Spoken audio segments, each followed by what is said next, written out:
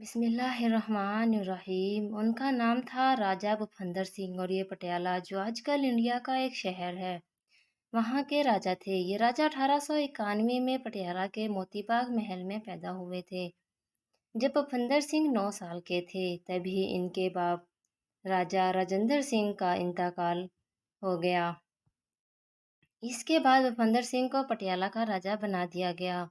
اس کے صرف 3 شوق تھے یا کہہ لیں کہ اس کی زندگی کے صرف 3 مقصد تھے، تب بھی غلط نہ ہوگا۔ پہلا تھا شکار، اسے شکار کھیلنے کا بہت شوق تھا۔ دوسرا تھا گھوڑے، گھوڑے اس کی کمزوری میں شامل تھے۔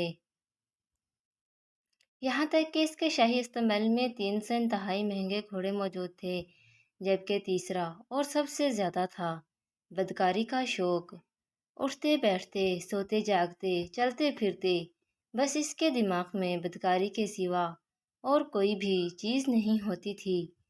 اس کی سیکس سے دیوانگی کا یہ عالم تھا کہ اس نے دنیا بھر سے ہر رنگ اور ہر نسل کی کمسن اور کنواری لڑکیاں اپنے پاس رکھی تھی۔ ایسی لڑکیاں جو ابھی بلوغت کو بھی نہ پہنچی ہوتی تھی وہ بھی جمع کر رکھی تھی۔ ان لڑکیوں کو راجہ کے سامنے پیش کرنے سے پہلے باقاعدہ ٹریننگ دی جاتی اور پھر راجہ کے سامنے پیش کیا جاتا۔ راجہ صاحب ان میں سے اپنے حساب سے تبدیلیاں کرواتے، یعنی اگر کسی لڑکی کا وزن زیادہ ہوتا تو اس سے ایکسرسائز کروائی جاتی، اور اگر کسی کا وزن کم ہوتا تو اس کی خوراک کو درست کیا جاتا اور خوراک کا خیال بھی رکھا جاتا، یہاں تک کہ کسی لڑکی کے جسمانی عضو کی ساخت بھی راجہ صاحب کی اپنی مرضی کے مطابق تبدیل کروا لیا کرتے تھے۔ اس مقصد کے لیے راجہ بھوپندر سنگھ نے کئی امریکی اور یورپی ماہر بیوٹیشین، پلاسٹک سرجن اور نیوٹریشنسٹ اور فیشن ٹیلرز کو نوکری پر رکھا ہوا تھا۔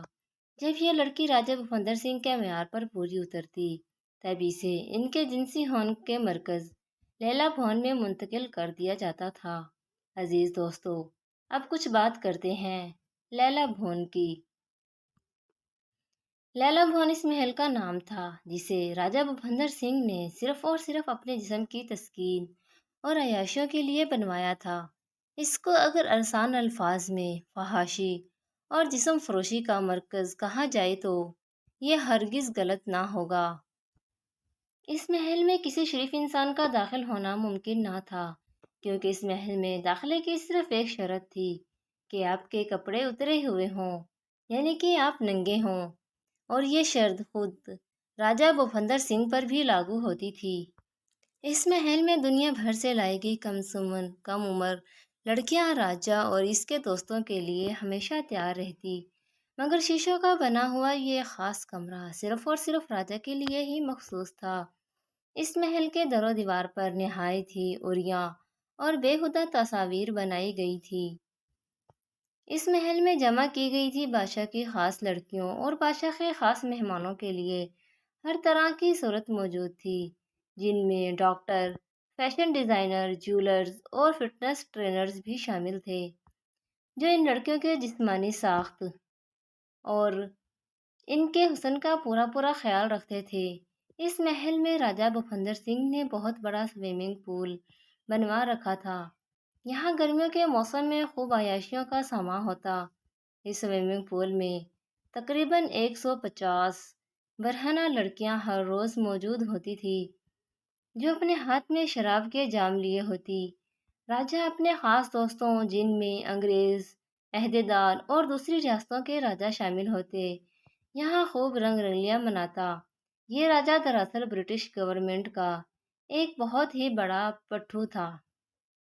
اس فحاشی کے مرکز کو وہ انگریزی عہدیداروں کو خوش کرنے کے لیے بھی استعمال کرتا۔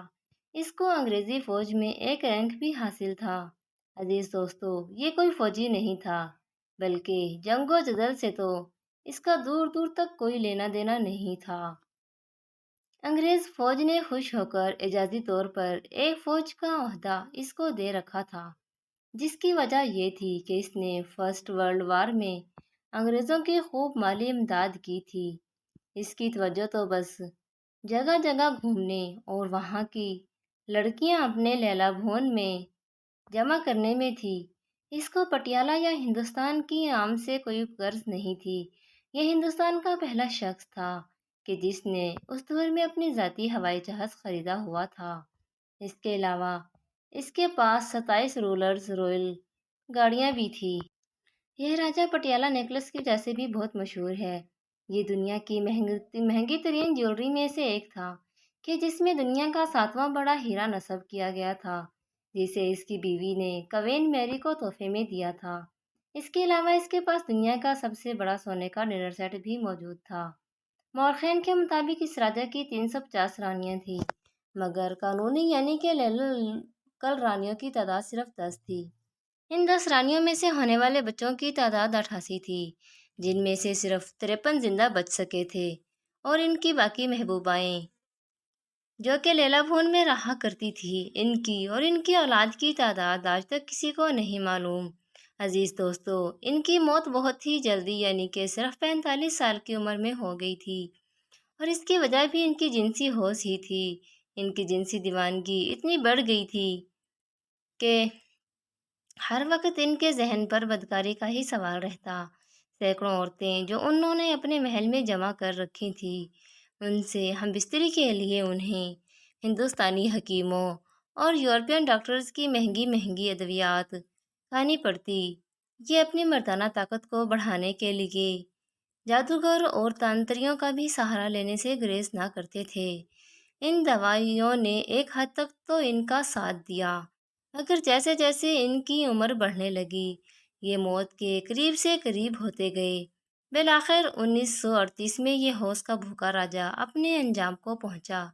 ان کا خاندان آج بھی بھارت خطی خاندان کے بااثر لوگوں میں شمار کیا جاتا ہے۔